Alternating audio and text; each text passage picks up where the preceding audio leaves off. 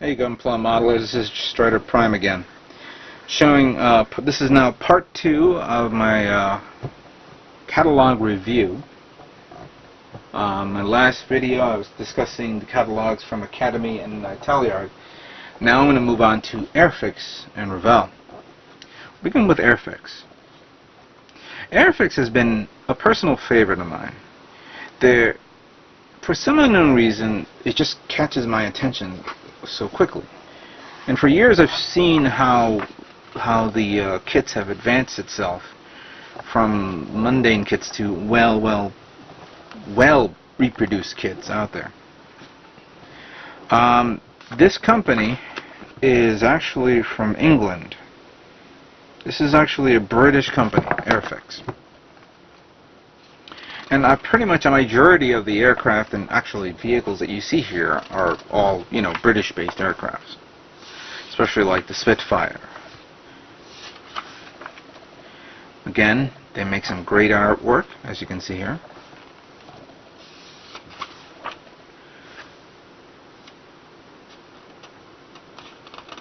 Pretty nice aircraft selection. I kind of like this one because it has more detailed information. And sometimes I'll even discuss on specific options that the kit will have. Like some aircraft that you buy, if you buy the same aircraft from every company, you're not going to get the same results.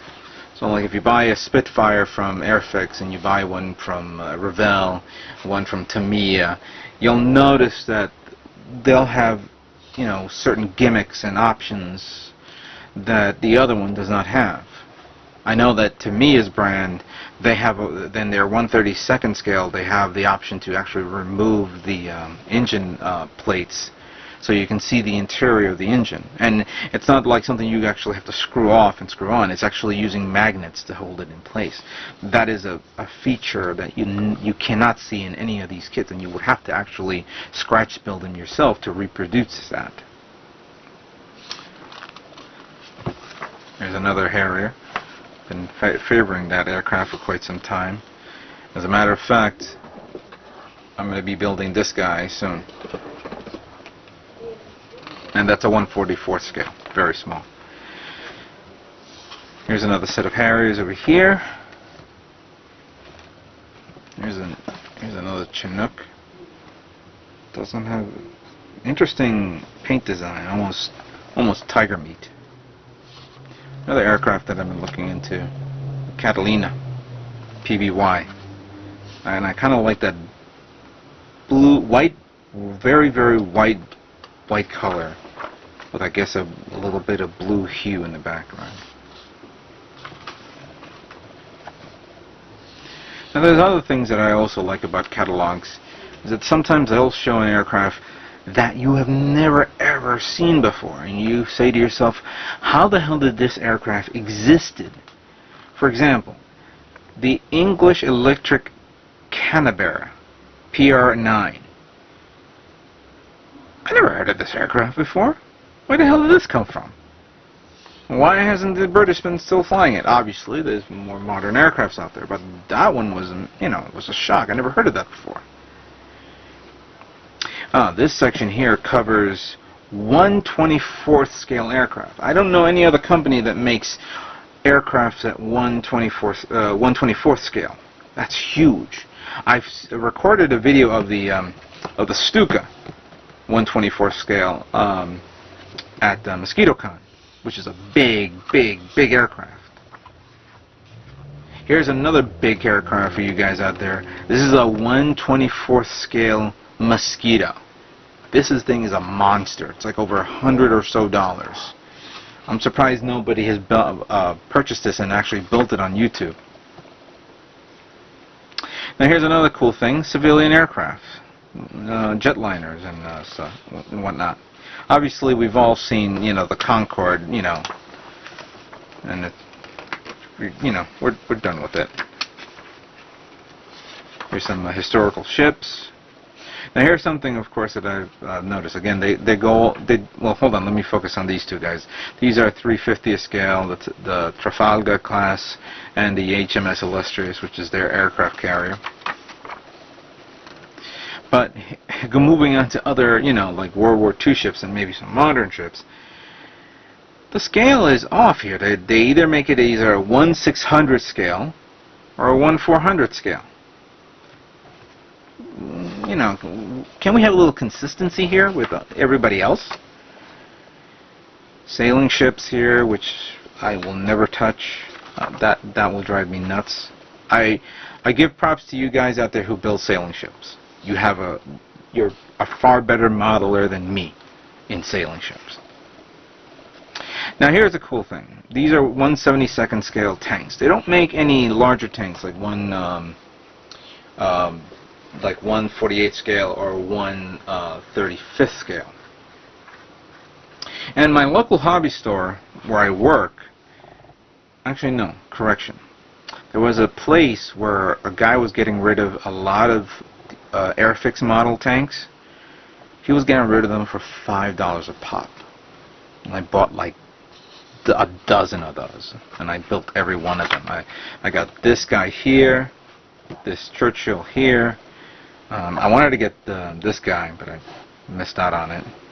Got him, this German German armored car. This guy here, this tank transport, the 88 millimeter gun with a tractor, some other stuff here which I don't see. But yeah, they only make it at that scale. Again, figure scales,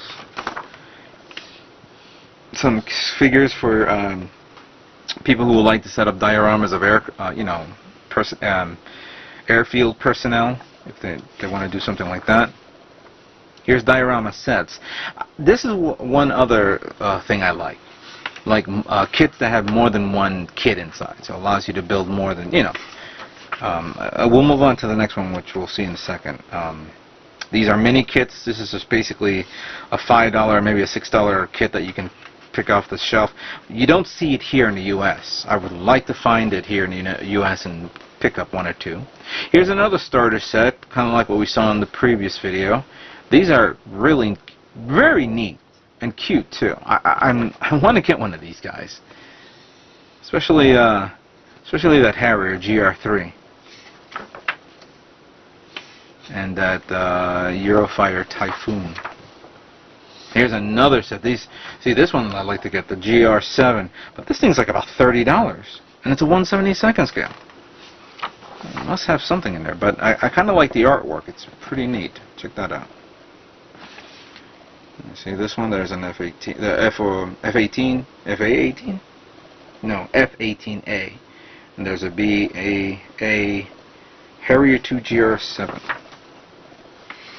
Here's another one, like a Battle of Britain set, where you can get a vehicle and you also get a base. I didn't notice that.